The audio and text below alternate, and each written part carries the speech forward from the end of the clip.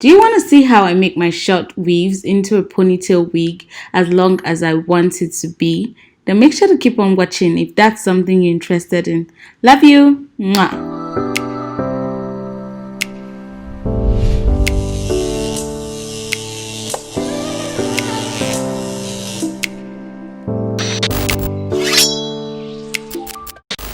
Hey lovelies, I am Messi and I'm just quickly going to go into the video. Basically, I'm just going to be showing you what I'm going to be needing for the video. For this hair, I'm going to be needing the weave I'm going to use. Also going to be needing my crochet pin, the thread, the needle and pin I'm going to be using. I always keep my needle and pin in a small case so they don't get missing. I'm also going to be using my crochet net, which is very important. You can make this yourself or you could buy it. I'm just going to pin that down to the mannequin head, which you're also going to be needing. I'm also going to be needing my braiding attachment. For your braiding attachment, you want this to be as long as you want your weave to be, so you can either cut it as long as you want or as short as you want it to be. But since we're trying to achieve it to be longer than it's supposed to be, you want it to be at least as long as you want it to be, basically, if that makes any sense. So I'm just going to go ahead to straighten the attachment. You know you have to straighten the attachment if you want your attachment to work for you. If you want your braiding attachment to work for you, to not lose, it's very necessary for you to straighten after. I'm just showing you how I straighten, and I'm just going to go ahead to comb it out so it looks nice and smooth while we're using it and we have no tangles. So what I'm doing right now, I'm measuring where I want to crochet the braiding extension in. You don't want to crochet it on all the net, just on a portion. And I advise this should be done with very little braiding attachment. I even think what I'm using is even too heavy. You want it to be as tiny as possible, because the tinier it is, the less heavy the hair is going to become afterwards. You just need the braiding extension as an extension to make your hair long. You don't really need it to make your hair full. So as little as possible will actually go a long way.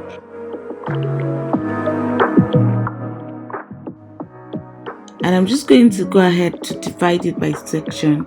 I went ahead to divide it into 4 sections and I braided them without braiding the middle.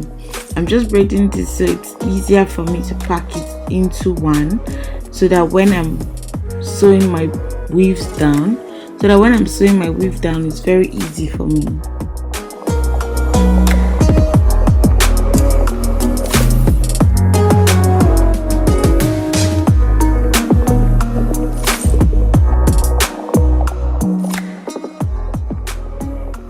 So I'm just going to go ahead and braid that into one, see how it goes.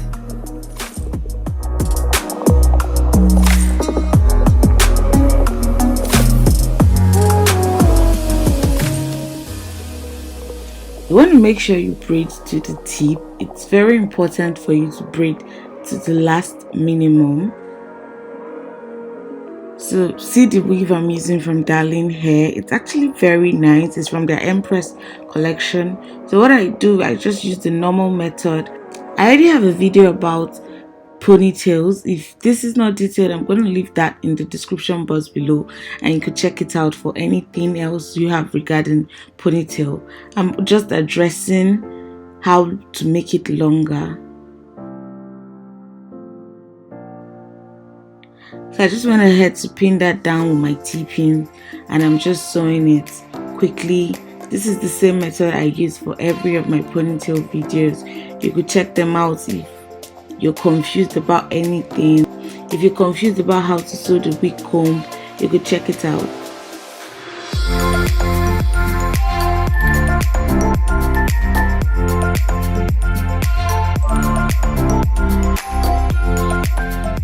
So basically, I just keep turning and turning and sewing until it gets to the edge of where the hair braiding extension starts from.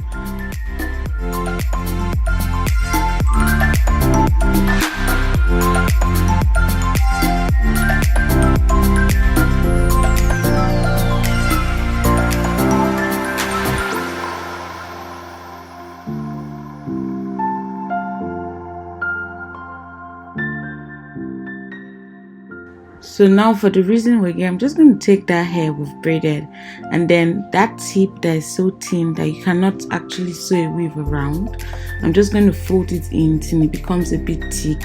I'm going to fold it so as I could wrap my hair around it and it won't be so thin not to be able to take the hair. So that's why I folded it in and I just sewed it up.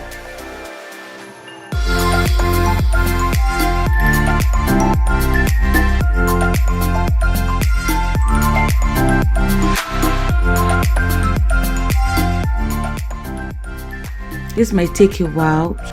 Just take your time in doing it because you want your hair to be fine, to not lose afterwards. You want that end that you're starting with to be very thick. So I'm just going to take my weave and I'm just going to sew it and wrap it around the braided hair that we've braided already. So that's it, guys. Easy peasy. You just keep wrapping it round.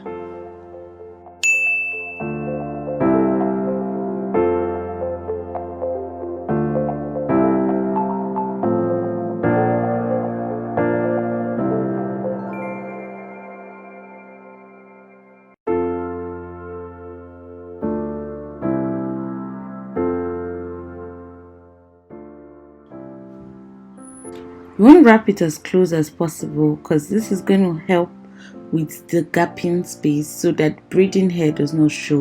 So you want to turn it and wrap it as close as possible to the other one. For this, you want your thread, when you're turning it, you want your thread to be above the weave. This will help a lot with tangling. It will make the process very easier for you, because if the thread is below when you're turning the hair, it's going to make it very hard for you to turn. So that's it, guys. So the longer you're braiding hair, or the longer the hair you braided, the longer your weave is going to be. And that's how simple it is. That's how easy it is. It's very easy to do. I'm just going to go ahead to just continue sewing the normal way to just kind of block the braiding hair so that people don't see it.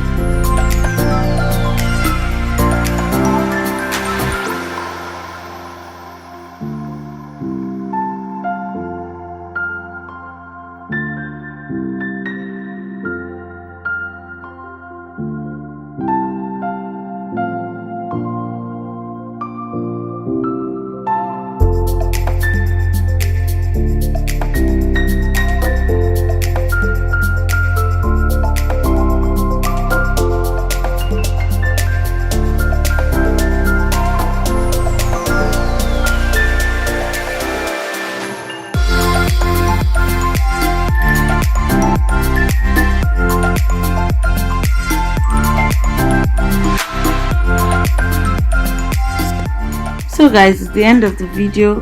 Please, if at this moment you're not subscribed, please hit the subscribe button. More videos coming up, so make sure to hit that subscribe button. Make sure to hit the notification bell at the side. And you already know, if you've watched in the end of this video, you already know you're the what? You're the real MVP. And I'll see you next week. Thank you so much. I love you always. Bye. Mwah.